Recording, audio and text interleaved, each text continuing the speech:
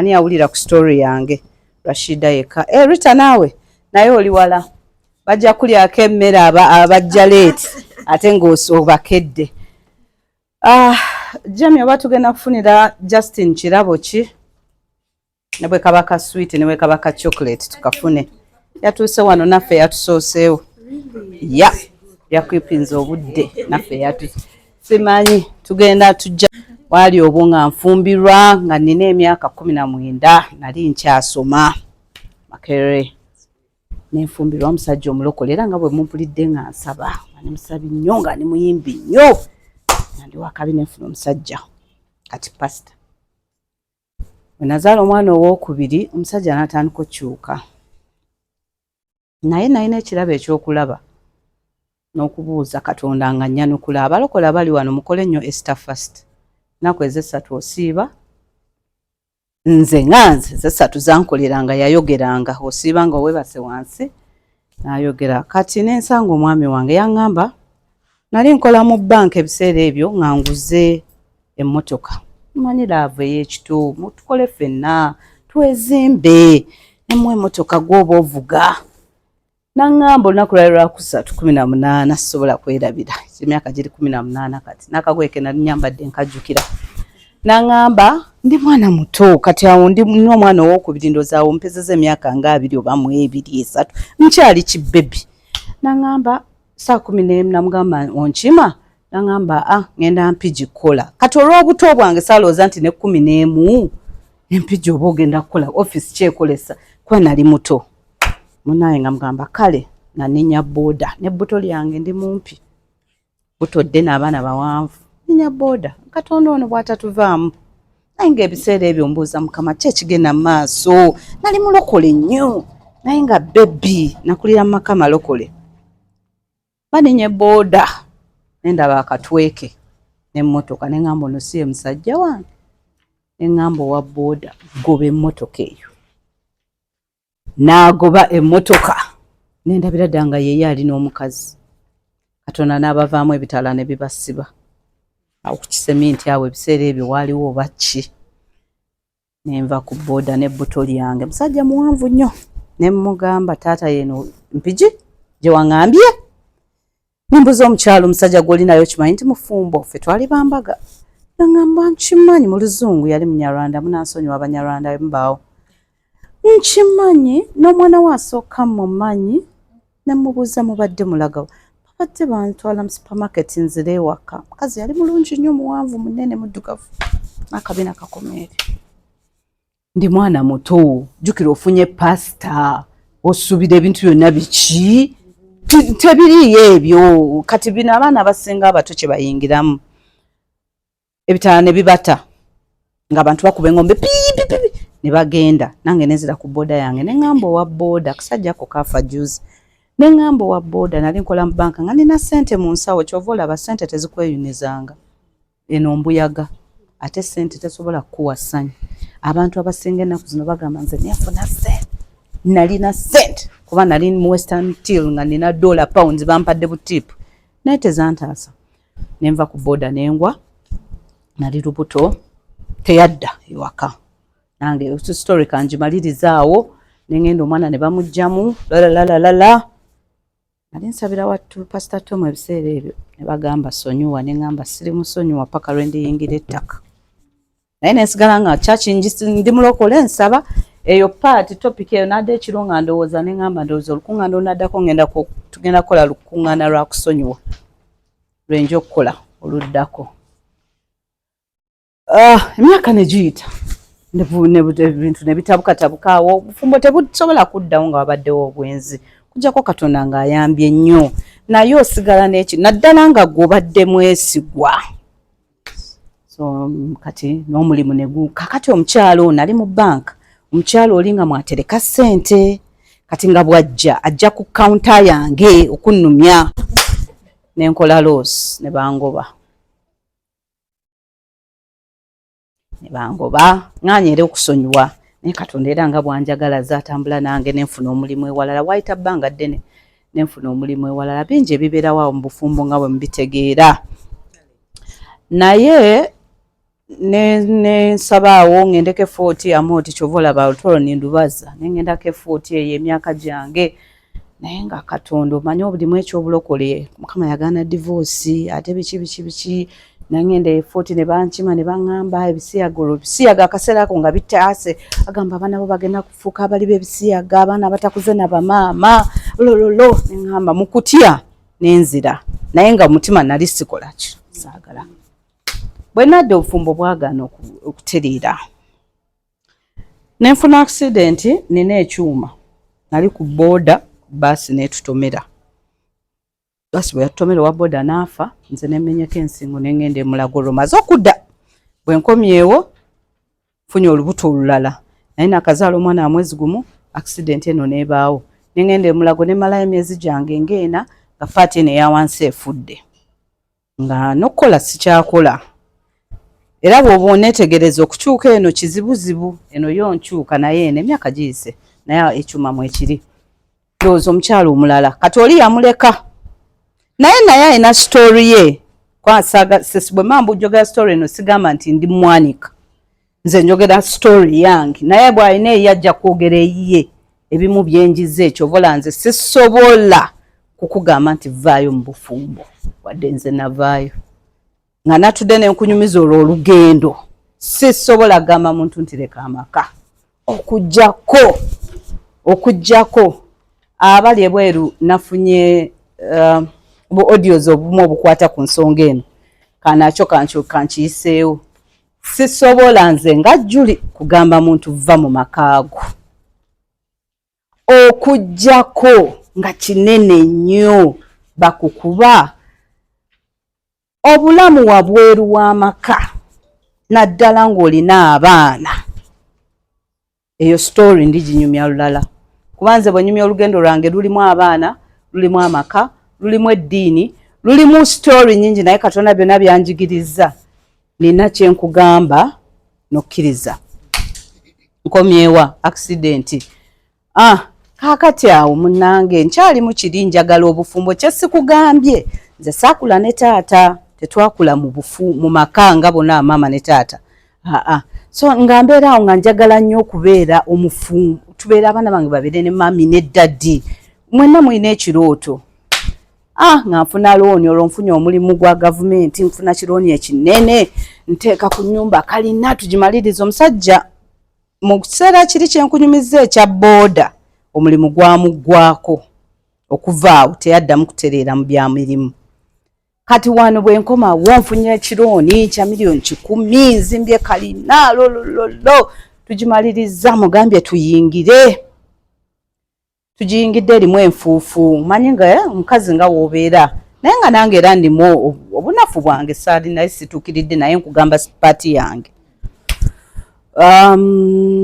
tuba twagiyingira Desemba embeera neetaamaawo buli omu ali ku bibye tadda waka naawe oyagala omulaga nti nze nateekako ssente lwaki tondabawo abaana bali byabwe obulumi ate obwo obw'abaana sisobola bwogerako bwate bulala aneesulamu akadomosi nga ngamba kanveewo oba anannoonya kuba ntaddeko ssente wenzimbye nakino nkibagamba sigaana bantu kukola na babba baabwe naye beera n'omagezi omusajja baamuwa ettaka kitaawe nze nengatta ne tuzimba ettaka liri lyani ya musajja na famire ye kyova olaba nakati tayinaamu kigamba nti kubanga wali wawe nange sobola lawyer yambuuza nagenda yambuuza olina bukakafu ki nti obadde ozimba enju eyo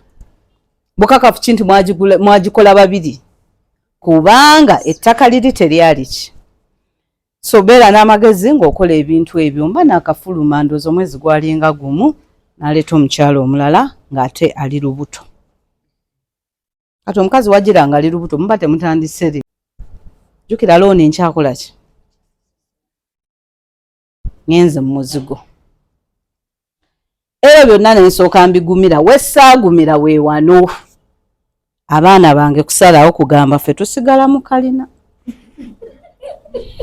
nze nina abaana ne bw'obalaba ogamba kiki kino bagamba tusigala mu kalina ate tugenda kujja ate nga nabo tobanenya baana bali bakuze kati nkugaye nazaala nkyali muto ebiseera ebyo balifuuse ba teenager tosobola kugamba mwana mulenzi sula n'omuwala nze ngenze mukazi go eri balina buli omuruumu ye bafunye ne mami omupya mami azadde ebyana ebizungu kuganga obulamu buli bulungi bwe nafuluma navaayo n'akaana katoko navaayo nako kati abaana ababiri ate ne beerabira kana akato nga bali ku buli obwazze obwa mami oli naye gwe omanyi obulumi abaana b'okwegaana obwo obulumi obumanyi ng'abaana baafuuka ekintu abaana bange basukka ne bafuuka eki awo we natandika okuwaba obwongo butandise onnoba njogera ku kigambo depression nali sikiwulirangako nga sikimanyi simanyi nti kyekiri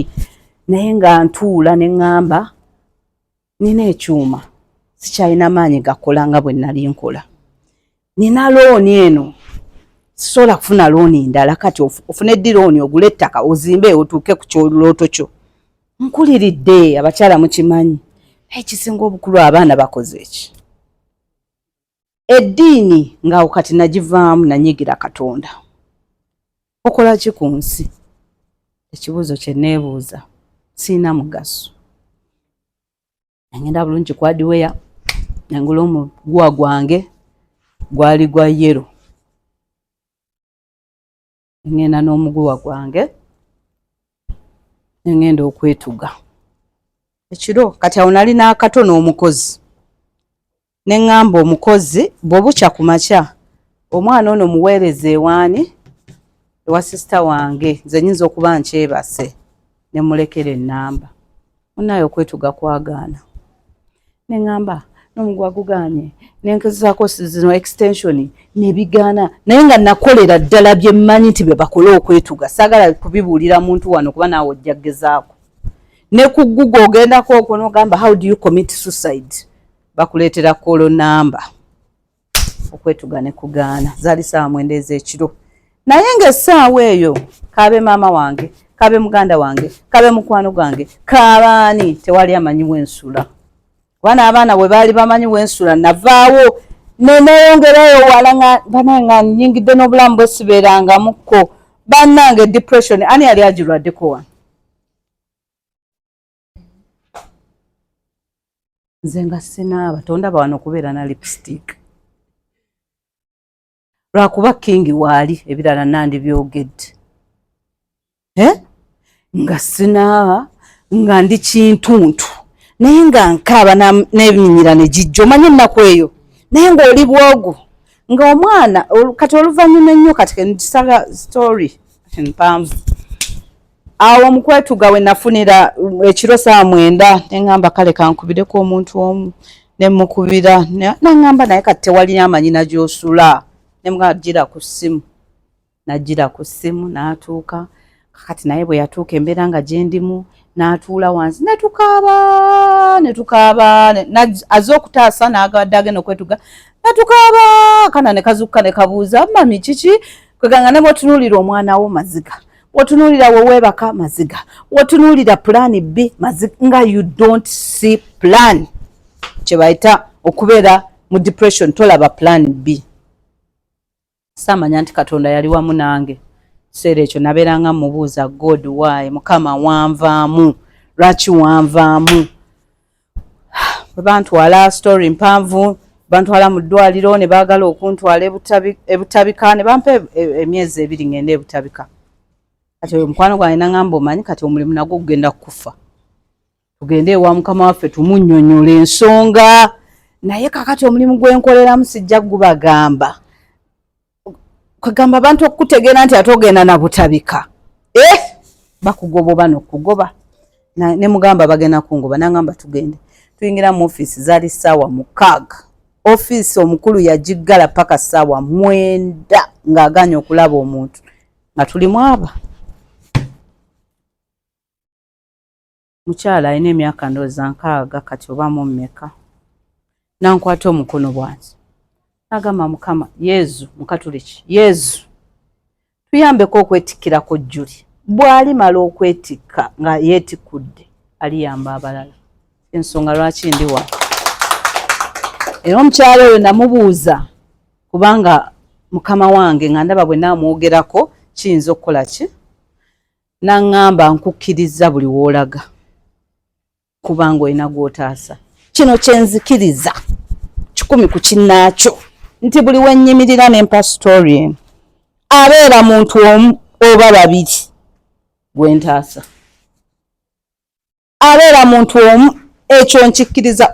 Okumanya nkikkiriza ne wiiki ewedde ne wennayimirira nga ndowooza sikyalina mafuta ag'abalokole bali ab'ennimi, naye n'olaba nga waliwo akugamba nina ekiwundu. Buli lunaku mugamba Mukama wanzijako wannyambulula, you ashamed me, n'enswala n'enfuuka ekitaliiko, ensi n'enjogerera, naye ng'olina omuntu gw'otaasa. Luno olukuŋŋaana luyinza okuba lwa muntu ogwo ffenna nga tumuwerekeddeko buwerekezi, naye ng'omuntu oyo alinganze abadde agenda kwetuga. Bangi abankubira mwena abasinga mugambye ku group mwakajja twatandika n'ono ku group onaagimanyi. Group yatandika abantu bakaaba ng'abantu nakulabye ku YouTube, nakulabye ku NTV, nakulabye ku BBS, nkole ntya, naye nga bye bakaabiramu wabiyitamu. Kati nga tosobola kutandika mugamba laba noono okaabira ki, kuba nkimanyi okukaaba. Ne bwe nzija Beatrice yono nenkuwa buwi hug, ekyo kikumala. Waliwo olinga haga wanu wazze kyobola kitukoze obi nti muzzereeti nze nade njagala buli muntu muwe hug. Tomanyi ennaku eri mu bantu temula nti mwesize ka lipstick. Nze nayagadde okuhaginga buli muntu ajja. Sina wano gwe nali meetinze naye fesi z'abamu mbadde nzimanyi ng'amoota. Fesi z'abamu mbadde nzimanyi, ono yandaga ka dress kagenda oshabula. Naye manyi kye bayita amaziga. Singa mbadde ne ssente sandibasasuza na kujja wano. Nze omukyalo oyo yansasulira eddwaliro. Mu nsawo ye mwe yajja ssente n'ansasulira okulaba nga mpona. Bannange mmwe temutegeera kintu depression, n'okyusa amasimu, n'okyusa ebifo, n'okyusa emikwano. Neogamba leero noga mponye era ekyokwetuga ne kijja. Nenfuna ekizibu awo nentandika okumira eddagala ly'okwebaka. Naye sikyasobola kwebaka. Nga ndimira kakerenda kamu kati ennaku zino ka 15, biseera ebyo kaali ka 3. Nga bw'oba tokamize teweebaka. Kati story eyo n'omusajja azadde ebyo bivuddeko amaka ngeerabidde. Ngenzeeko okukola divorce lawyer ngambye oli ready? Ojja kuyimirira wali omusajja agambe wali omuwunyira, wali mukyafu, ekyo kikuzzeeyo mu depression. Va ku bya divorce genda okole ki? Ennyumba okyagyetaaga nti nedda. Eyo gibale nti potea. Naye gomanya emyaka gye mbagambye gye nafumba nayingira ndi 19. Nafulumayo ndowooza nga mpezezza. Sijja gibagamba mujja kubala emyaka gyabwe. Naye omanya emyaka egyo nga poteya.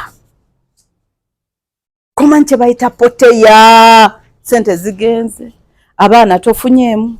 Ekirooto ky'abaana nti tunabeera family nga tusaba kigenze. Dreams zigenze. Nali muyimbi sikyayimba. Nali mwegayirizi nga ebirooto obulamu nga bugenze. Nga kyensigazaawo gwe mulimu. Naye n'omulimu ng'oyo mukama wange yampaniridde. Nga n'abalala bagamba tokola. Ng'ate amazima gali nti sikola. So nensikinga help. Ngwe nategera ku mental health nentegera depression. Kyovola abangi abazze wano tebakimanyi. Olukuŋŋaana luno tulukoze. Otegeere lwaki oli kyoli. Ate otegeere nti naye sinze nzekka. Kye nayagala mu kusooka si kyenkoze olwaleero. Nze mu kusooka nayagala nzije mpa abantu story yange. Abalala nabo baweezaabwe. Kyekyo kyekyali ekirooto mu mind nga njagala olukuŋŋaana luno. Akuba leero kyatuuka nga si kyenkoze. Osanga tuli kikola abantu tukyama kati twetegeera. Waliwo azze wano ndooza abadde Justin n'abuuza Madam Julian kati ndooza ne bonda bontegeera kati. Njagala tubeere family ffe tetukoze lukuŋŋaana lwa mental health muziwulidde nnyingi. Ffe twagala tubeere family. Amooti ojje mu inbox oŋŋambe nkubuulire leero teyakomyewo. nkugambe sweet ng'okyali muto guma abasajja bakyuka ffe nze bangamba nga guma ngani gw'ogamba nti guma nze Juli ate kati mundabye engezi nze nali mulungi mundabye ng'ongamba otya nti guma ndisa abaana nsasulire fees nkola ekyo ngambe nti guma waliwo eyampereza ka audio webweru n'agamba oba omwami omanyi bakozesa psychological torture n'asalawo okubeera nga tayogera naawe najja waka tayogera naawe eba ekkuba kiba kirina engeri gye kikkuba kati neweesanga ng'akikubye gwe wekka wejjeewo oba kikkubye gwe wekka otandise okubeera naye ebyo byakaseera abasajja bakyuka enewe ne waaba takyuse bano abakulu bagenda tubuulira ku kwefaako ggwe nga ggwe tutera nnyo okulowooza ne bw'oba ofunye friend wo n'oteeka obulamu bwo ku friend oyo gwe nga ggwe n'amala nakudisappointing olw'okuba wasuubira ki bingi ennaku zino buli muntu aŋŋamba nnyirira kuba natuuka ekiseera ne ŋŋamba kati buli wofuna akasente abaana sikunyumiriza abaana bandeka oli atudde emabega yategeera abaana bange yabamanyi abaana banvaako nze abaana ne bandeka ne bampita kimmami ne bangamba kimama kyaffe kyatandika ne menopause olwo nno bali ne maama oli ne bebi ebirungi byana birungi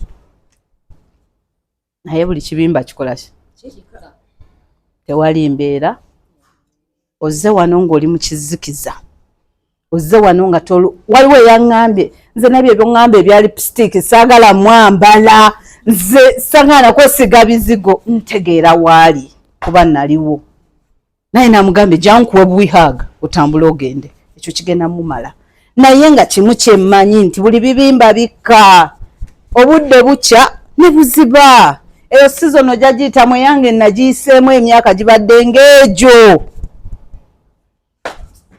nina mukyala w'omuntu omu ku musajja nannyini bizimbe ebyo bameka baaliko ku gurupu nga tutandika mukyala oyo yaliko ku gurupu ku beginning ddala awo nga azzaamu abantu amaanyi yali ne bbaawe naye nga mukyala namba 2 ne bazimba ebimu ku bizimbe bino nga namba 2 omusajja amugambye 1 mulese ne bazimba ebizimbe kaakati kizimbe bwe kyaggwa nga kiwedde mutandise okulya amagoba sajja n'afa afudde oli namba ki namba 1 akyali mulamu ate wampeta ate waali alina n'abaana gutani akumanyi naye omukazi yayita naye bw'omutunuulira omuyiwako amazzi n'oganywa bwe yawulira sitori yange yannoonya naye nga n'okuntuukako twekweka tetwagala bantu batulabe waliwo abali wano nga n'ekibuuzo kyo jemi akapapula k'ebibuuzo nga n'ekibuuzo kyo simanyi lwaki mpulira okukaaba naye ate nga saagala kaaba nga n'ekibuuzo kyo toyagala kibuuza omanyi lwaki maama abo balabika bali bulungi erinnya lyo gwani Rita n'olaba Rita mumyufu bw'atiraga oyo nze bannange nze kitegeera kati kyova olaba bagenda kuyisa obupapula obwo ebibuuzo byo biteeka okwo setwagala kumanya ani abuuzizza tujja biddamu abaana abiddamu ebinaaba tebisobose kuddamu tujja funa kati lwewaleero lwakwemanya lwakufuula mukwano gwange onneesige bw'obeera mu kizibu ekyo toyagala kwesiga abantu olowooza buli omu alaba ennaku yo naye ate tomanyi nti n'oyo neebayo gw'otudde naye ekikyate kineneko waliwo eyankubira n'aŋŋamba nsanze bba wange n'omukozi bwe musanze n'aŋŋamba otulabye ate ali muffe otulabye kati kyokka nga yakazaala alina n'ekiwundu naye gwe omanyi obulumi obwo naye nze mbutegeera kati obupapula obwo buyita ogenda kuwandiikako ebibuuzo kyo toteekako linnya lyo ate ebibuuzo bagenda kuba batubuulira ane okumaliriza sitori yange eyo navvuunuka ntya ebimu bano bajja bibabuulira ebimu nkyavvuunuka sijja kugamba nti ntuuse naye nsobola okutegeera naye ekimu byannyamba kwe kusonyiwa nze nasiba abaana bange ku mutima nasiba abaana ate kati we mbatunuulira nga babonaabona kubanga omuzadde ye Katonda w'oku nsi kati bwe malaba nga babonaabona mmanyi nti nno nze nali nkoze eki. Buli we nakaabanga ne ngamba kale mba nkolimira abaana. Juzi baleeta omulenzi baamala ne bavaayo wa maama waabwe bategeera nti yali abakola ebintu naye nga bategedde kiri leeti nga bifuuse ebintuntu. Mutabani wange bamundeetera nakati ali waka omutunuulira n'ogamba kati kintuntu. Alimu S6 bagenda kukola S3 naye S1 S2 term 1 term 2 teyakola. Kintuntu omutunuulira n'okaaba n'ogamba Mukama lwaki?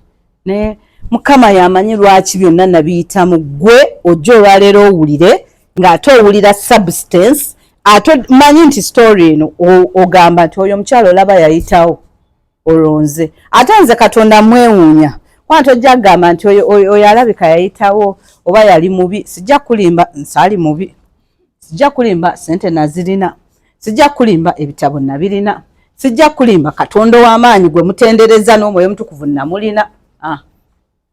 Kati gwogenda kujja oŋŋambe ki?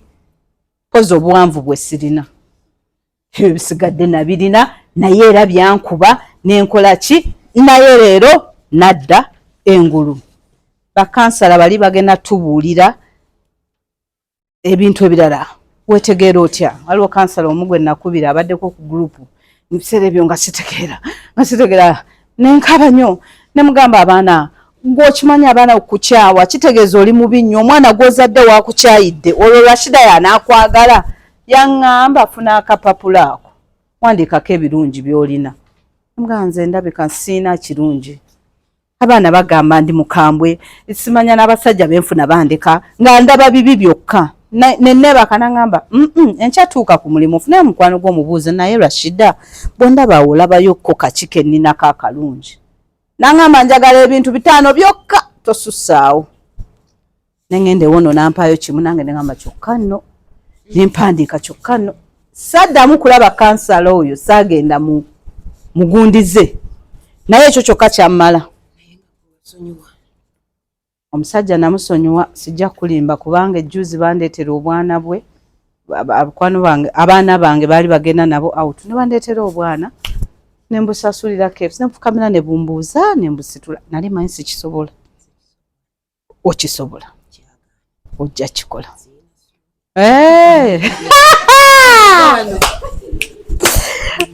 Rashida agambe n'essubi erisonyiwa sirina we nali. Ekyo kyoyogera okiwulira Rashida? We nali. It's alright. It's okay baby. Olaba nze nasonyiwa yantwalako essente. Auntie Eva, come and give a hug. Oba Jimmy. Fena tuli wano. Rashida is just alinga ffe. Ze saagala kaaba. Kusonyiwa kizibu.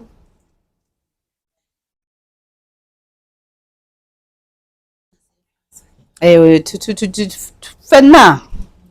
Kati oli ayinza okuba nga ekyo kyakusonyiwa oli omulala ng'ekikyo kya aganya okukkiriza. Abasengana bantwalako mu wodi emu nga mulimu omukyala ali mu wheelchair nga stroke yamukuba naye nga yagaana okukkiriza nti baawe pasita n'akuba stroke yamukuba. Stroke bwe yamukuba n'asigala mu ka wheelchair. Naye ne we nagenderayo ekiseera ekyo ky'amabega yali agaanye okukkiriza. Obwongo buno nagenda ne bankebera obwongo buno ne baŋŋamba ndwadde kye bayita obwongo buno bwekanze. Nze nali mwana muto kugambye obwongo bwange ne bwekanga omusajja akikoze. Obwongo buno bukola ki? Kati obwongo buno ekyo ye mental problem. Kikwata ku bwongo buba bwekanze obuzza. Eva, we are going to do more of hugging. Ate nkusaba bw'owulira amaziga nga gajja release. Nze kimu ku byanyamba. That's what I'm telling them. Wowulira ng'oyagala kaaba. To finding a way. Mbulizaako omukyalo oli Jamie. If they can give us tissue, we shall pay. Ekimu ku byanyamba. One solution. kaaba bintu biringanga bisatu. Kaaba, yogera kyogereko, tujja kuba ne session twogereko. Okusonyiwa Rashida, nja kukwata omukono. Nze Julie nasonyiwa kati goti ku musajja naye abaana 9 wendi wano sina subiriza ala mwana mulala naye abaana abange banvaamu ne bampita kibadde kyekoza kitya naye nga nze nsasula fees ne bajja okulaba sister wange ne bampitako abange era we mba mulaba status yange omu abaddeko. Kati kiki ekisinga omwana ekyenda ky'okuvaamu? Naye omwana bamuleeta ng'afa, nagenda ku ttooyi nenkaaba nga mpulira ekyenda kivaamu ne ŋŋamba abaana banvuddemu, Mukama lwaki ondese? Naye olwaleero nnina ensonga lwaki andese. Bw'onoova wano ng'omaze okuwona ogenda kubaako gw'oyamba, era buli omu wano beera nga kyekigendererwa kyo, era Katonda mugambe nga bulijjo kimpiseemu nja kubaako gwe nnyamba at a free cost.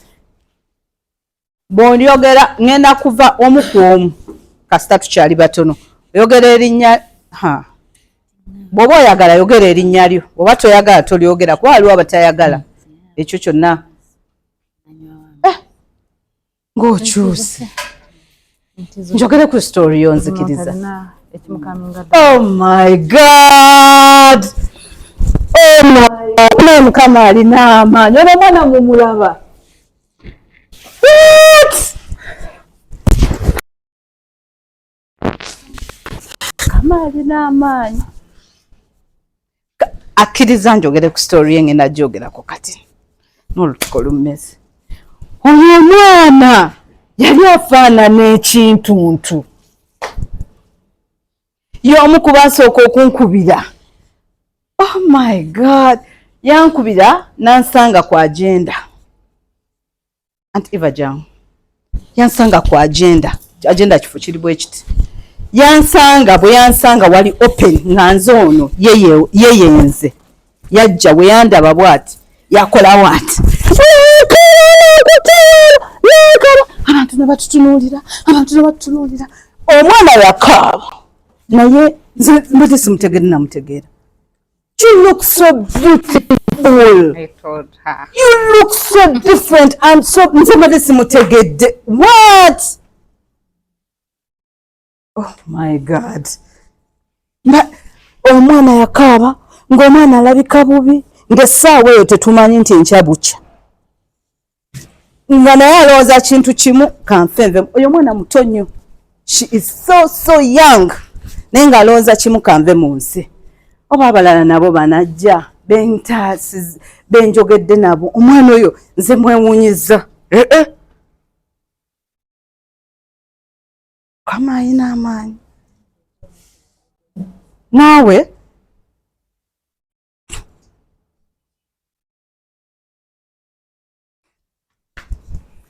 oh my God. Kale tufune erinnya ne expectations. Ky'osuubira kikyo bw'obadde ojja wano olwaleero kiki obadde osuubira. Abasinga temumanyi nze Julie Kasasa yatandikawo group eyo nagitandika n'eyo story gye nkugambye. Njagala twangu speed erinnya bw'oba oyagala lyogere kiki osuubira bw'ozze wano oba yogerayo students bali Boston, Susan ne tiimu yonna, Grace Mpa n'abalala tiimu yonna tweyanzizza. Abali Sweden, abali Canada, abatayagala kwogerebwa amannya gaabwe, we are so grateful. Abakyala bano abali wano bakaaba abamu naye abamu lwa ssanyu, abamu mubawadde essuubi. Kasabuni ke mutuwadde, kasukali ke mutuwadde, abaleese ebitabo, abakoze eki, Mukama nammwe abawonye ebiwundu. Ekirooto kyammwe ekyokwagala tubeere live tuli kikola olulala tubadde tutandika butandisi naye tweyanzizza abali ebweru. Mukama yeebazibwe ab'emikwano balamusizaako nze napitanda bukoza Sara mulamu wange Not some people. I am alone. I can feel alone It's okay. And I'm like, who do I even call to go out? Who do I call? I have friends, but buli omu ali ku bibye. Abalala bafumbirwa, abalala bali ku baana baabwe, abalala bali kugenda Dubai. Trust me, no one but naye tuli kuki. You people life is so challenging. It's so challenging. No nyagwa okubira nga tomulaba.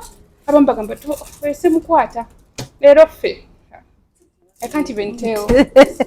Bingi, but I pray. Kwatagane. Tubere ba mazima. Would be genuine. Would be friends. Waba omutwe kuluma okubira ko ngo omutwe gunuma nsabirako isanako. Kama kwetsa.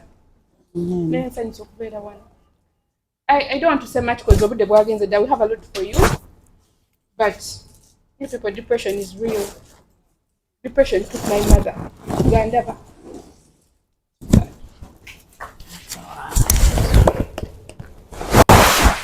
Jenny, just ogerako nga bano ba child bamuzaala yekka. Jenny namusanga mu season gye nasangiramu my daughter here. Njagala okulaga ekintu kye bayita family. Oyinza okubeerawo n'owo omuntu hug tomanyi gy'omuntu hawufa. Jenny sina kingi kye nakola naye namuwa hug ne mwaniriza. Ate ye story esi ya marriage yayagala kumwagala.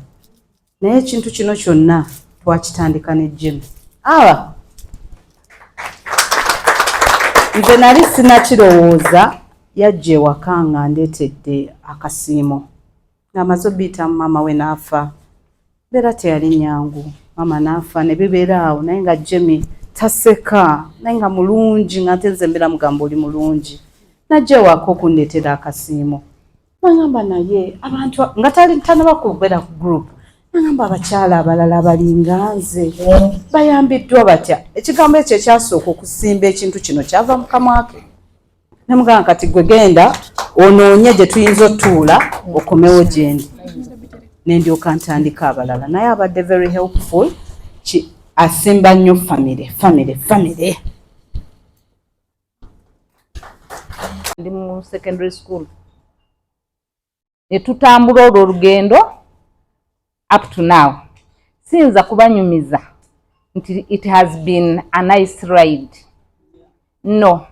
I have been sitting on swans okutuula ku maggwa. Nga ntudde ku maggwa nga nvuga ganfumita. Nina abaana 5, nina abazzukulu 2. Nsiima Mukama, ndi counselor. I'm a counseling psychologist. I work with Women Hospital, International Fertility Center, as the hospital psychologist. I work at Old Saints Church as a marriage counselor, a relationship counselor, and youth counselor at church.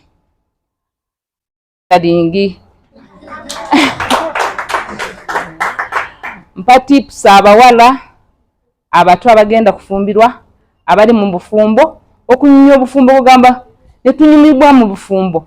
Though sinza kukugamba nti ne bw'oba obunyumya kujja kubeera 100%.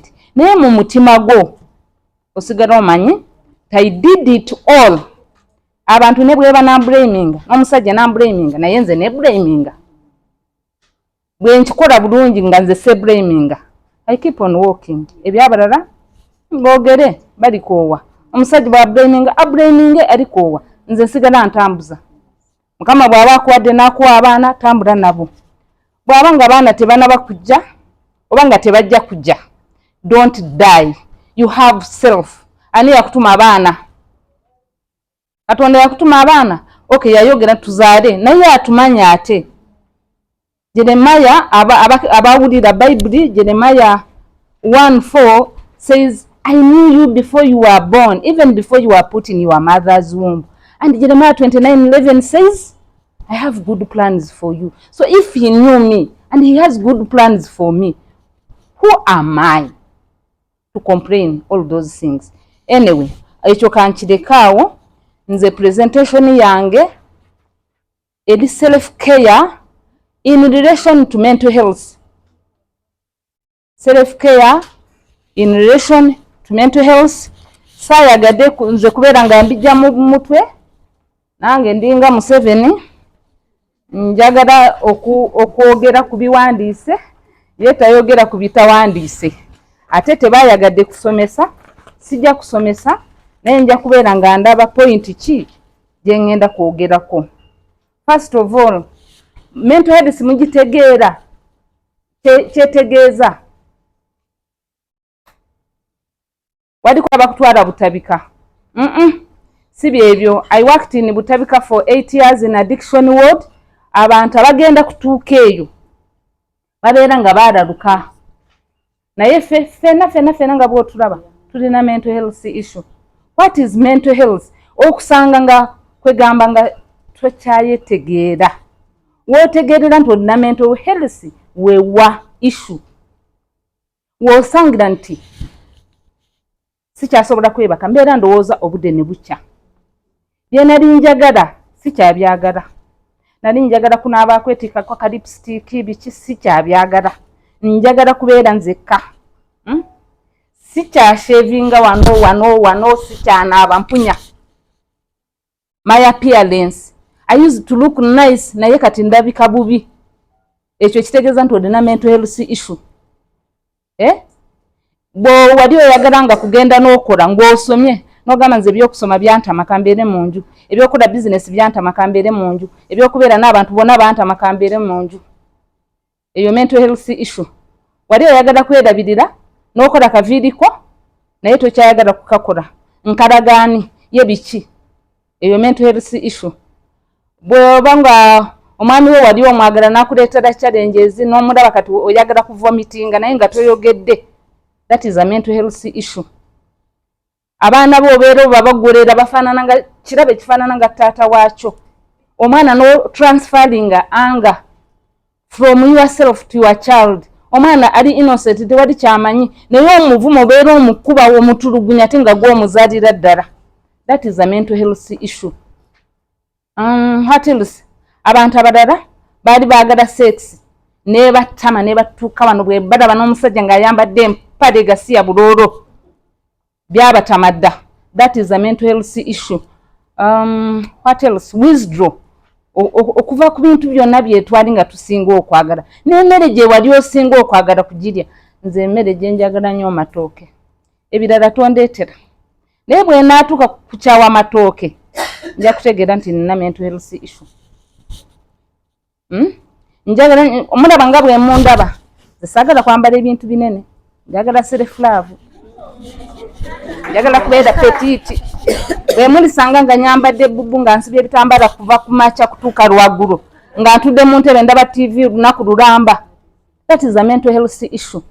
Bw'otasobola kubeera creative mu mutwe ogwo n'ogamba kati nkoze nkya, what is my plan B? Disappointings n'embeera nka ng'onyinya problems zo tolina agakola kintu kyonna. That is a mental health issue. Relatives bwe bali oyagala ne batuuka kukutuuka wano. That is a mental health issue. Kwegamba mental health issue, mental health problems si kulwala kugenda butabika, si kube ekirala n'obeera ng'oyogera wekka. That is a mental health issue. Naye bannange nze naakola ntya mukazi wattu nga weegulira nga weenyumiza nga tolina mulala gw'olina. That is a mental health issue. Ekirala mental health issue bingi ebyo byonna byetube. Oyinza kubeera awo n'otandika kuwulira abantu nga boogera nga mu mutwe gwo. Now awo oba otuuse climax ezo tuziriyita hallucinations omutwe gwo obwongo bwo bwe bulaba.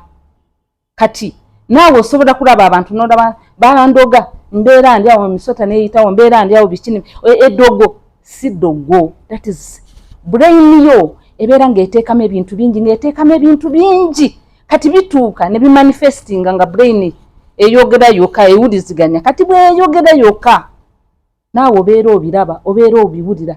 Simanyi neebasendoose bino eddogo lyaze biki. Sometimes it is not ddogo, sometimes brain ejjuddemu negativities.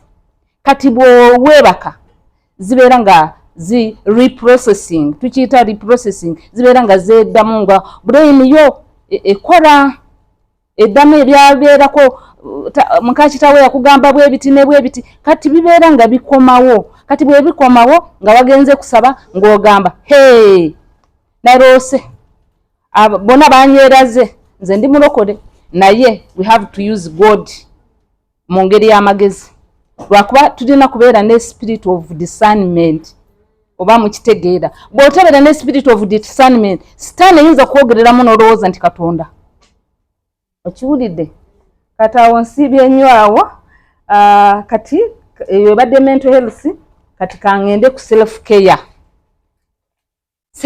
kye kiki nange self care kwerabirira ne tutandika wano ne twerabirira mundaba nze ndi kumpi kubeera 70 naye nkyayeyagala nkyabeera namwe nkyasanyuka we start here how do I appear ndabika ntya bwe mutambula kati nga muva mu nyumba zammwe bwe weetunuulira bw'oti n'ogenda mu mmira ng'onaabye n'okola bw'oti wano walimu ebyoya that is how you call it ebyoya nga bituuse eno bwe weetunuulira this part oyinza kusiba bitutwa bwe weetunuulira this part is it clean enough bweba weesiga weeraba n'ogamba ndi mulungi abalala ne bweba n'agamba nti oli mubi oli mulungi lwakuba katonda teyakola mistake okukutonda ng'ofaanana bw'otyo you are the best that God can give you oba oli mweru oba oli muddugavu oba oli mumpi oba oli muwanvu oli mulungi mu maaso ga katonda n'abalala n'abazadde baakuzaala n'omusajja yali nga yakukyuzinga naye abo tetulina na luganda nabo anyway don't mind guy tetulina na luganda nabo it is something that we forge ze ndi mufumbo ogenda wadi n'odayira for better for worse for richer for poorer riches bwe zijja nga zize yeka obwavu bwe bujja nga gw'olina kugoya ng'omuyamba ng'omusupportinga mukyala wange awajja kwagala nnyo adabe ng'oli wa mugaso esente bwe zikomawo naye tulina kubitambuliramu olw'okuba we have ourselves so kati tusooke twerabirire bwe tuti mabega tumale twerabirire in us because I have what I can control and what I can't control kati fe tulina ng'akantu kalinga akaboxi nandibadde nga nkawandiikaawo kali saako bwe kati saako y'emabega eri external yesobola controllinga kwebyo opinions of others bye batulowoozaako bye batwagaliza bye batwogerako actions zaabwe bye bakola tetusobola kubicontrollinga the past ebyabeerako mu past tetusobola kubicontrollinga how people take care of themselves we can't control it tulina abasajja ng'oli very neat ng'omusajja mukyafu muzibu naye tusobola kumucontrollinga tibeera bwoti lwakuba we are different we are nurtured differently twakulira mu maka galina different homes twasomera mu masomero gali different emikwano gyaffe eri different kati tugamba mu psychology nti you are who you are by 3 factors. 1 nature ekiri mu musaayi gwe wamwe abe wamwe badi bwe bati nature nga bwe bakukuza environmental factor nti environment zogenzeemu masomero nasale emikwano gyo buli wantu tubeera nga tujjayo empisa ne tuzipirikinga ne zitukola ffe naye bwe zimala kunkola kyendi n'omusajja ne zimukola kyali ne tujja kubeera wamu for better for worse for richer for poorer katonda yabikola naye sife tugezaako nabo bagezaako naye ne balema naffe ne tulema lwakuba tetusobola kwagala na bwe tuti tugezaako bugeza kati bwe bigaana biteewo sigaze yourself don't have to die there abakazi babase bangi nammwe mukimanyi kati ebyo bye tutasobola kucontrollinga ebingi namwe mubimanyi bye mutasobola beeyisa batya esente zaabwe bwe bazicontrollinga biki that is outside me but inside me that is what I can control.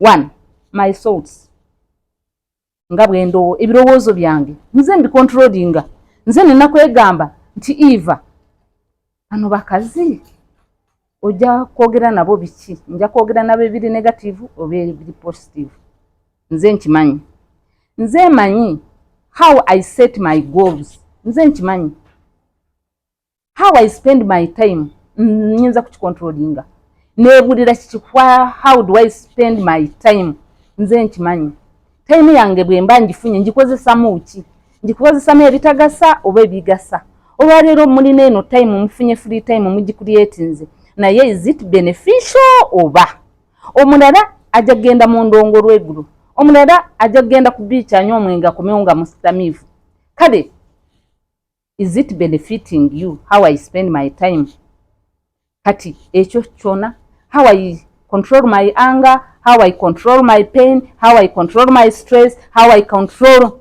my friendship with others how I interact with them it is within me oba nsigala mugano amaka oba ngavaamu it is within me tewali ancontrollinga n'abaana basobola kutucontrollinga n'obutabeera n'abaana nabyo bisobola kutucontrollinga madamu Jula bagambye nti abaana be batuuka kumuyita ekyo kyekoza abo si baana be abaana they can disappoint you. I know some people don't have children naye nabo bakaaba singa tubalina afazale ne batukuba naye mukama ebyo yabimanyi abasiramu bagamba ala yagera kyanakuwa kyatuwa kyetukwata another thing what we can't control outcome of my efforts ngezaako nnyo nenkula olaba mugenda mu kilasi ne musoma omu naafuna first class omulala nasemba naafuna last pass ate musasula fees zezimu ate teacher y'omu ate musula mwena ku butadde oba nga musoma kamuteesa ebigere mu mazzi musomi muyitemu mufune emirimu gwe ne bigaana ate nga muteesemu same effort abalala ne mutandika business mu kikuubo akadduuka bwe kati mwene ne mukatambuza gwe ebibyo ne bigaana omulala n'owulira nti agenda Dubai agenda China agenda alina ebizimbe byonna mu Kampala mwatandika wamu kati outcome of my efforts sinze nzicontrollinga nazo Katonda yamanyi ebirala tetubimanyi ffe ng'abantu naye tuteekamu amaanyi ne tukola ki ne tulaba nga tubyovakaminze kati eno care nsoose ku personal hygiene body cleaning hair cleaning abalala tugenda awo ne tubeera n'enviri ne tuzisiba omwaka mulamba temutambulira mu taxi ne mulaba abakazi nga weyeebakira bw'ati nga waakwatayo ng'ali mu taxi ng'atambula nga waamiramu n'ebimere kati gw'osuubira omusajja akwagaleko ki nange mwenyine nkulaba sikwagadde kati oyo omusajja you know there are certain things that put men off and put them on. First thing men do, attraction. Ayinza kukulaba nakwagala nadaba nga oli mulungi nadaba nga oli bikina naye ayinza n'okukulaba nakukyawa just nga tamanya na karakita yo naki naye alabye nga bw'olabika. Private parts hygiene, menstrual, abalala bagenda mu menstruation tebamanyi kwerongoosa. Nosanga ng'omuntu awunya naye nga yanaabye naye tamanyi nti bwe bamala n'okunaba basiiminga. They steam. These days they steam and you don't smell bad. Coughing and sneezing. Omuntu n'abeerawo mu bantu nga tamanyi ng'obikuba abalala. Be careful on your how I dress, ekyo nakyogedde. How I appear in public, ekyo nakyo nakyogedde. N'environment yaffe gye tubeeramu. Omuntu bw'ajja mu makaago wadde amakaago genkana wano malungi oga cleanings musajja ayinza kukuweereza ennyumba naawe n'omuwa home bwe tutyo bwe tugamba. I give you a house and you give me a home. A home eriki bwe muyingidde wano wabadde nga tewanyuma. Did you expect this? So n'amaka gaffe wadde matono genkana gacca wadde buzigo bufaanana butya naye bwetubuyingiramu labika nti nze ng'omukazi nange omulimu gwange gulabikaawo basasula rent naye nze njala kitanda njoza masuuka nga gorora efumbiro lyange amasefuriya gabeera nga gakuuse olujja lwange lweze is my environment clean bwe ntwalayo bakwano bange bano benfunidde wano siswala nze when I am living, can I give an example on you, madam? She's my sister. But when you go to her home, ndowooza mumpulira tekakula naye eddoboozi lyange eriwanvu. When you go to her home, you feel like you want to go back all the time. The place is so clean. She's so well behaved. Waliko gwenda banengamba nayo ono omwami wabeerako ne conflict naye bw'otuuka mu compound yo oyagala kubeeramu bw'ogenda mu nju oyagala kubeeramu bw'ogenda mu toilets zo wawunya bulungi bw'ogenda mu fumbiro oh my goodness bw'ogenda mu bedroom ogamba bannange ndowooza buli mukyala yena it doesn't matter which home you have. What matters is self clean, environment clean. When I was still young, nga tusoose kuzimba kayumba kafe, nenkola obuyonjo. Kati my husband every lunch those days abasajja bajanga awaka kulya lunch. Nga emotoka tezinaba kubeera nyingi. Banange nga office yona ejja waka. Nga babatuka you have a nice home naye nze bambe nga simanyi kwerabirira nga nsibako ekitambaala nsibye ekitambaala nsiba anti nze ndi mu kristaayo nagendanga mu Mothers Union mukyuse ebitanda muteeke mukyuse bimuli kati nze nsibamu ebyo nga sisobola kwejjukira. The environment is good, the bedroom is good, the food is good, ebimuli nsimbye nga bw'otuuka owange olowooza hotel naye bw'olaba omuntu abikola Katonda wange. Ebitambala ku mutwe ebitenje ebiri byena bagambye kati one time nagenda ku visiting omwana wange mu boarding school ng'anyambadde leggings ng'anyambadde nga mukyala Julie bw'ayambadde n'angamba ma'am you look beautiful, you are the best mother in the whole world. I don't want you ever putting on like Kaka is the judge. And I will make sure even if you grow, I will keep on buying jeans for you. And from that day, I never put on the sing. I stopped. Nzijukira waka, nzijukira emere, nzijukira omusajja oyambadde otya, practicing 5 love language naye nzi what about me? Kati nejjukira nenekolako self care we mundabira wano nali mukyala wa waka wena jukira self care waliko omuntu yabuuzizaawo nti how do I come? I got so many losses na sharing ku group mwakiwulira naye nali nfane depression and developing a heart problem. My valves started leaking nga zivamu omusayi nga bagala kuntwala India naye musawo wange nangamba kyusa engeri gy'olyamu biki ne mbikyusa nengamba naye nja kubeerawo ntya kubeera mufumbo forever nga tewali kyenkola nengamba plan B ki kanzireyo kusoma. Ndi proud lwakuba nakola decision ey'okuddayo kusoma nensoma nempona nenfuna self esteem nenfuna confidence nga nsobola kwogerera wano mu bantu nali nga sibisobola nga negayagaya nga netya nempulira nga anxiety eri gye nali nina nenvaamu, depression gye nali nina nenvaamu, okukaaba nekunzigwamu, nenfuna so many friends. Kati bwe nafuna so many friends waliko omuntu abuuzizaawo nti nosanga nga tolina abantu. Oyinza kufuna many friends nga bwe muli wano naye nga buli gwefuna mukyawagana gwofuna mukyawagana nokaminga to yourself n'ogamba naye kiki ekindiko, what's wrong with me? Buli gwenfuna tufuna conflict. I'm born again, I told you. I fasted for 4 days. Ngambuza Mukama. Why? Lwaki abantu benfuna? Nze adi kwekikyamu. Mukama yanziramu ate yanziramu n'eddoboozi. Saalowooza mu mutima, I had a voice. Nge voice yenyine ngamba, I don't select, I don't sieve, ndi Kayoola. Katuleke kubeera bakayoola. Leka kubeera Kayoola. Fena tuli wano, fena twagalizigana. But you don't know my character, you don't know my personality, you don't know my thoughts towards you. Tobimanyi. Bandu wagone muje tugende muje dududududu. Eringa trailer. Sieve. Set boundaries. Wawenkoma nga nyumye byange, wawenkoma nga nkyala, wawenkoma nga nyamba, wawenkoma kuba Oluganda, wawenkoma. Kiteeke mu mutima gwo, wawenkoma. Eyo self love lwakuba bw'otategeera wookoma n'okweyagala kijja kukulema. Lwakuba abewaffe bonna babeera mu nyumba yange.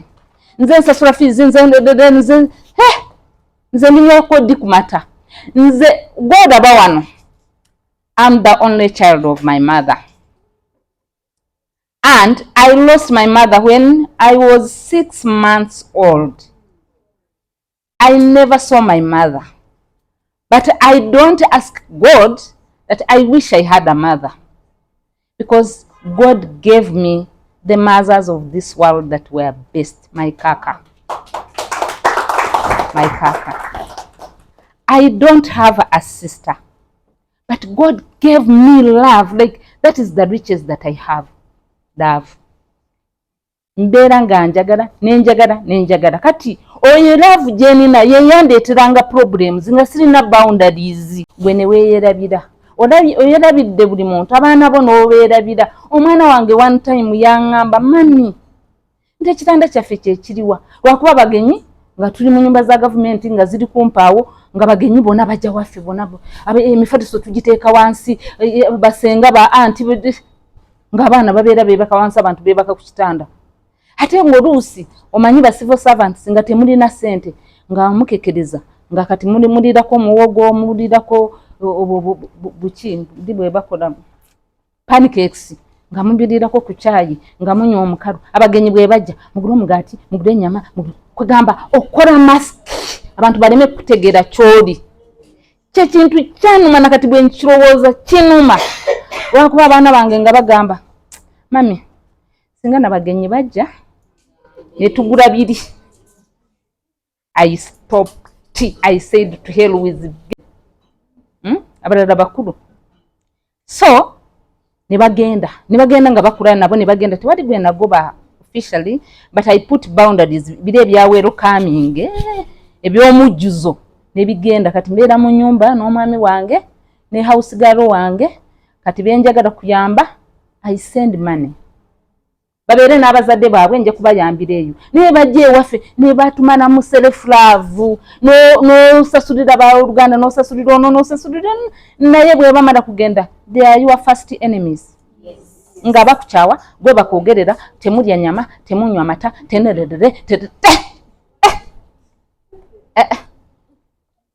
kwegamba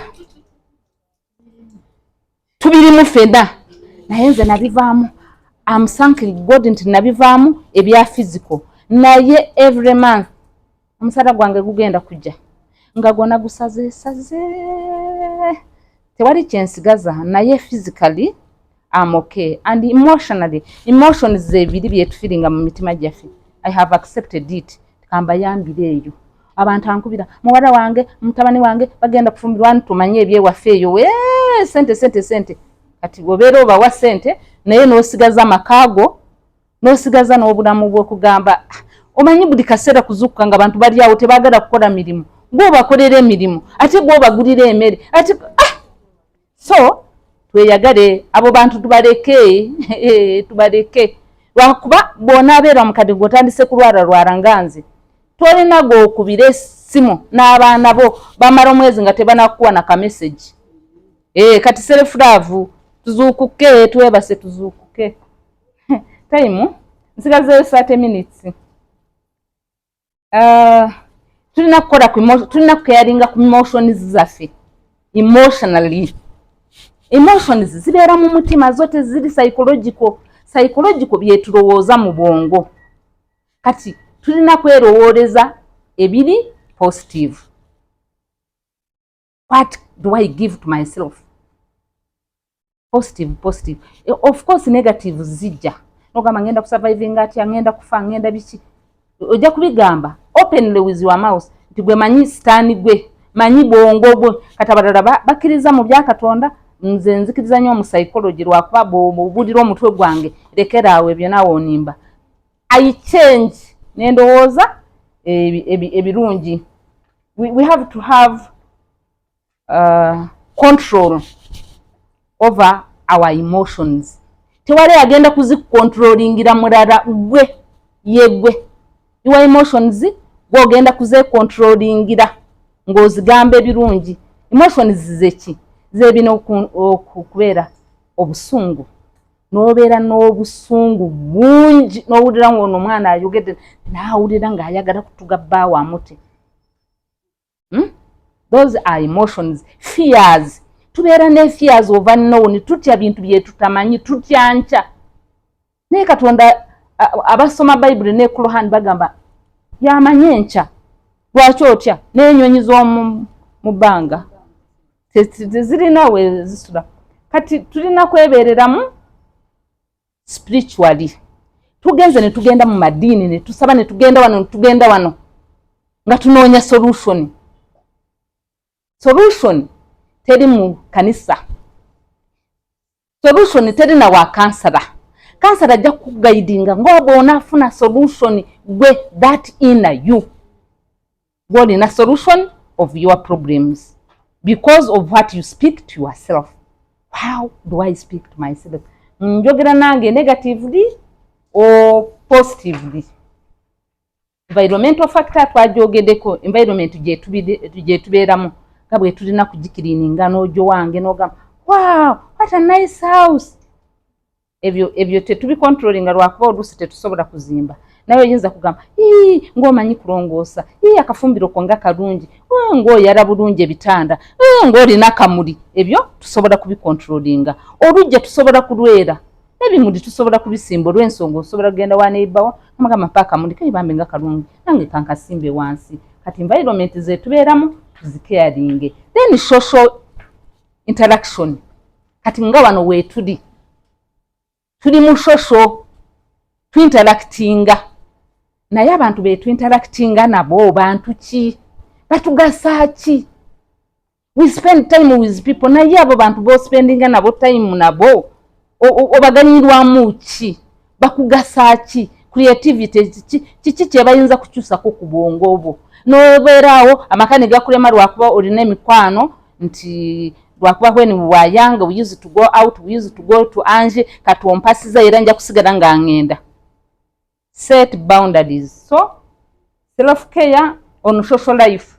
Abantu tofune emikwano batugamba tufune emikwano eri positive and supportive. Don't just get friends bandwagoni. Mufunye mukikuba mutambude ankwanidde omwami ankwanidde biki. Waliko omuntu yagambye yasanga omwami we nga yali ne house girl. Thank God wamusanga ne house girl. Singa wamusanga n'omwana wo singa wagenda kwetuga. Lwakuba ebyo bye tusiba nabyo mu counseling room. Men are sleeping with their daughters. Their nieces. Naye yali house girl atabasajja bwakulaba ng'oli house girl onyanya kabina olina kabina. Bino olina ng'ebyomukazi. What is the difference? Nabo bakazi. Era olutwagenda netugamba n'okwana house girl mazima. What do you have that a house girl doesn't have? Bagamba nti ba house girl aba batanaaba bulungi, they have that aroma gye baagala. Ogenda n'okuta ne stilwa n'olowooza nti bye bimunyumira. Waapi tojja kutegeera kiki ekimunyumira. Now self care on mental, on medical. Tugenda wane tulwara omutwe simanyi nina infection simanyi nina biki naye tugenda mu ddwaliro. Why don't you check yourselves? Tebyetaaga nti ogende na Kasero hospital. Genda kumpi w'osobola naye n'otuula n'ekintu kinuma ng'onyumizako friends naye tugenda mu ddwaliro. What's wrong with us? Nange bwe ntyo nyinza kwamba ekintu kinuma nenkubira sister wange ono nangamba ndowooza ojja kugenda ku mudwaliro ne ngamba bwe naafuna ssente bwe kikenderamu nemulya panado let us check ourselves. Lwakuba tulwawo okucheckinga ne tusanga nga ebintu byatwononekako dda. Then finances. Kati finances zo sijja kuzoogerako nnyo. Tulina kusooka kuyiga. Ndowooza madamu yagenda kubituyigiriza. It is in the afternoon. Sijja kukyogerako nnyo. Nze wano ngamba to care about our finances kiba nga kyetaaga osooka oyigire nga otegeere nga bwe bakola ssente. Toyinza kumanaginga ssente nga tozirina nga tomanyi na bwe bazikola. Kati wano bajja kutuyigiriza nga bwe tulina kuzikola. Katona kwere tutambula nako nze mbeera ne handbag ng'erimu ebintu ebinoonya ssente. Kati namwe mujja kubeera n'ebyo self care on finances. Tuleke kubeera extravagant ate nga tetuzirina. Bw'otudde mu dduuka wa chapati najja mpa, ogundi najja mpa, ow'ekikadde najja mpa, ow'essuuka najja mpa. Nze nkolera bwereere naye nga gwozi spending buli lunaku. Balancing work and family. Abantu tukola bannange. Kola naye bye tukola. Abaana twabeerabira, abasajja twabeerabira, tuli ku mirimo, tusireeyo, amaka twageerabira, environment twagyerabira, byonna byenjegeddeko byonna twabyerabira, tunoonya ssente, essente tezijja, ebintu bitutamye. So, wadde tukola ebyo byonna, leka tubalansinga abaana n'emirimu, naffe n'abaami. Tuleke kukwata kimu ne tusuula ekirala, tukibalansinga tutya. Create time for your children, create time for yourself, create time for your husband if you have one. Oba oli mu relationship naye giwe time. Lwakuba ffenna tetuli married naye tulina relationships. Bayinza kubanga si basajja betuleretinga nabo ate nga tetuli na ba lesbians nga tetuli naye abantu betulina mikwano gyaffe tugibalansinze tutya.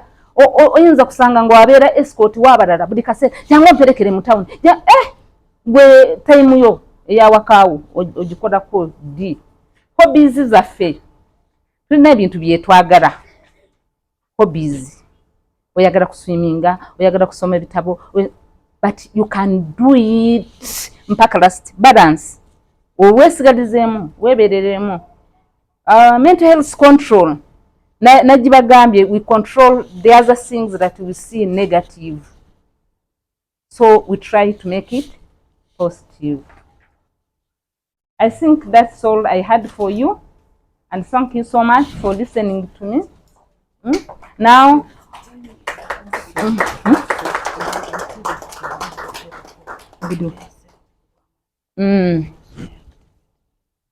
yes,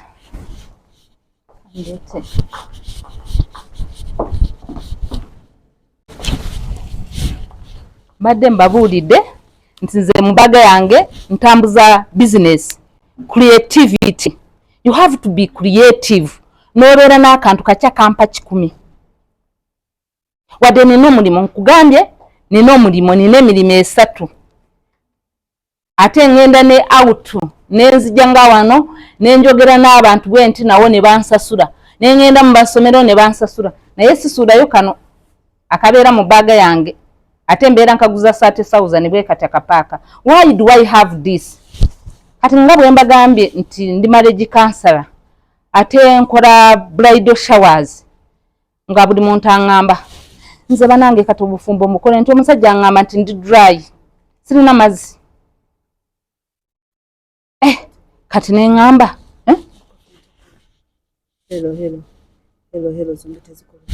naye kati mumpulira bwe ŋŋenda wakati wano mumpulira nga ngenda mu bafumbo nga ngenda mu bridal shower nga abantu batandika relationships nga bagamba kati ffe tukole tutya, bali kumpi na kutugoba, tetulina mazzi, tuli dry.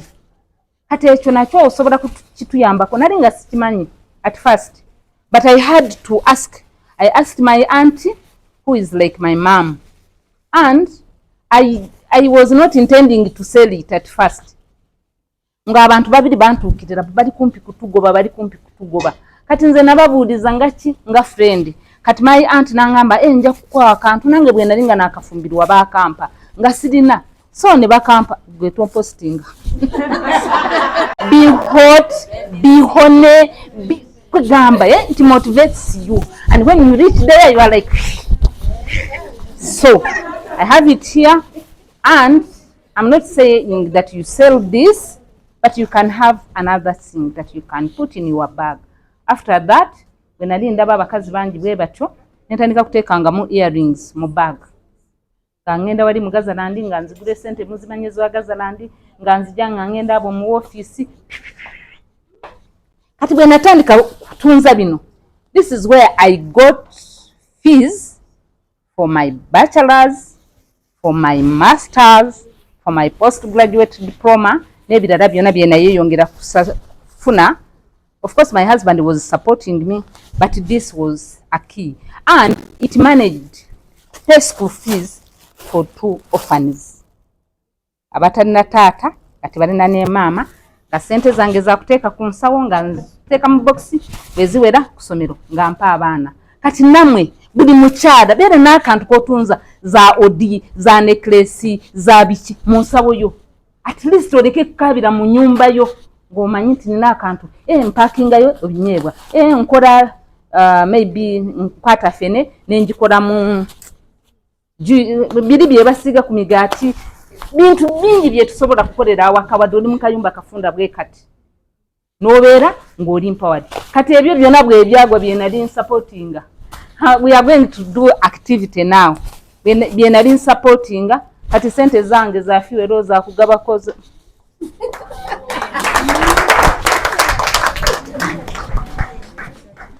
so now we are going to do activity. Yeah, to say. Did not report. Kati dimarking tugenda kukola oba tuliba make. How many are we? We are 35. 35 now.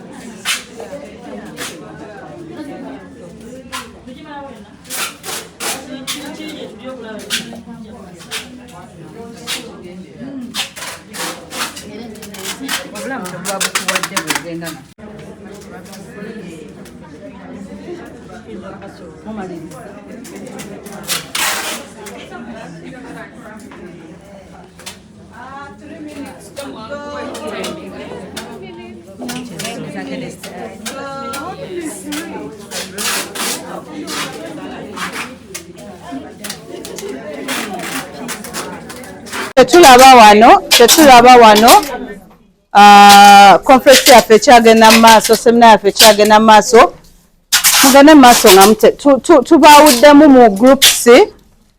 Semina yaffe kati tugezaako okulaba nga tugezaako okweyongera obutasomesa busomesa naye ne tukola ne activity. Ensonga esinga obukulu wano twagala okulaba kino kye bazinzeemu kye bazinze muno mulimu eggi erya ddala ebbisi, naye balizinze okulisuula wansi okulaba nga eggi lino teryatika. Kati tujja kukomawo tulabe eryatise n'eritayatise batunnyonnyole ekivuddemu mu ekyo oba lwaki kiri bwe kiti. Okay. This is group number what? Number 1 is done. Number 4 is done. Number 2 is done. Number 5 where you mind number. Number 10. Number 3 a minute. Number 1 which is done. Okay. Mukate ejiriamwe mujje wano temuteeka ku birawudi by'abandi. Mukolebwe muti ligwe wansi.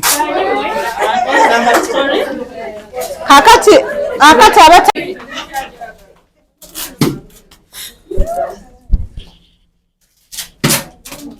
kwata number 3 mukwate ekintu kyamu.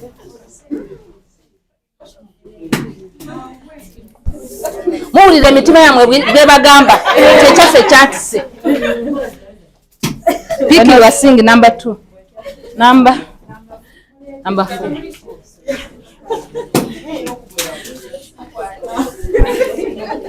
Muwulire mutya mu mitima gyammwe? Obunkenke. Okay, number 4. Ani atalese, ani atanalese. Slowly to yourself. Eyakabi. Number 5. Soko kasuke nga tulina na namba tulabire ddala etalina namba. Kwata kasuka. Osanyuka ki? Now, we are done with the Muteekeko number 5. Tuddeyo tutuule babanyonyole. Nedda basumulule. Naki kyolaba ekiringa nga ffennaffe kye tulina. Kale buli muntu one by one group mu discussing nga group omuntu omu mu group presenting kale yimirira otugambe oli presenting a group ki? Number 3 yimuko tugambe. Ejibu oli comparinga ne life yo n'obulamu bwo nebyoyitamu.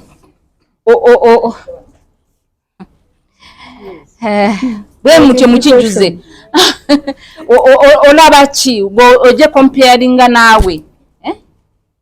Ejjero litegeeza ki mu bulamu bwo? Yes, okay, tell us.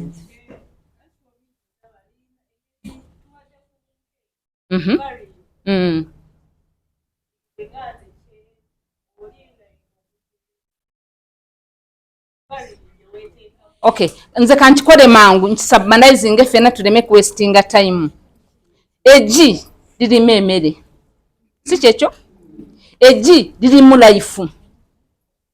Lizaala abaana ne wavaamu kirina obwongo, kirina omubiri nga gwe omuntu, kirina amagulu kitambula ki. You know, it is a nice thing even to sing. Olina enkoko nyingi bisanyusa mutima gwo, emotions zo, obwongo kikusanyusa.